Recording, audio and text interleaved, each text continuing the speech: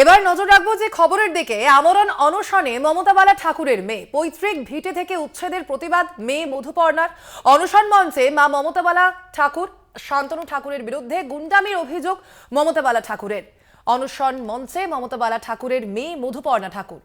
এ বিষয়ে আমরা আরো বিস্তারিত জানবো। ফোন লাইনে রয়েছেন আমাদের প্রতিনিধি দেবাশিস মণ্ডল। দেবাশিস, কি জানা যাচ্ছে, মূলত কি দাবি করছেন এই মুহূর্তে মমতা বালা ঠাকুরের মেয়ে মধুপর্ণা? দেখো, আমি এই মুহূর্তে এখানে ঠাকুর বাড়িতে রয়েছি, অনশন মঞ্চে ঠিক সামনে রয়েছি। এখানে কিন্তু মধুপর্ণা ঠাকুর তিনি কিন্তু আজকে অনশন করছেন এবং অনশনের চতুর্থ দিন পড়লো। এবং ইতিমধ্যে কিছুক্ষণ আগে আমরা দেখেছি যে ডাক্তারবাবু এসেছেন, তার শারীরিক অবস্থা খুব বেশি ভালো নেই, সে কারণে পরীক্ষা নিরীক্ষা করছিলেন এবং ডাক্তারবাবু জানালেন যে এই মুহূর্তে কিন্তু মধুপর্ণা ঠাকুরের শারীরিক অবস্থা ভীষণ খারাপ।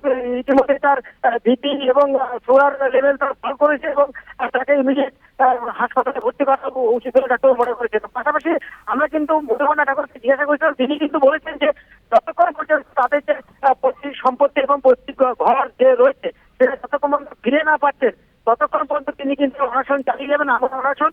এবং এখনো পর্যন্ত অনশন মঞ্চে 30 জন রয়েছেন, পাশাপাশি তার মতুয়া ভক্তরা রয়েছে তার সঙ্গে। এবং মমতা বালা ঠাকুর তিনি কিন্তু সকাল থেকে থাকছেন কিছুক্ষণ এবং প্রচারে বেরিয়ে যাওয়ার পর আবার ফিরে এসে তিনি কিন্তু অনশন মঞ্চে থাকছেন।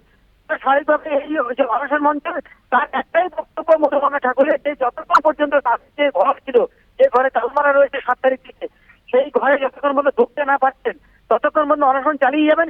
পাশাপাশি যে মতুয়া ভক্ত তারা যেটা বলছেন যে এখানে কিন্তু যে বিনাপানি ঠাকুরের ছবি ছিল, যা ঘর ছিল, তাকে পুজো দিতে পারছেন না, প্রণাম করতে পারছেন না, সেই ঘরে ঢুকতে পারছেন না।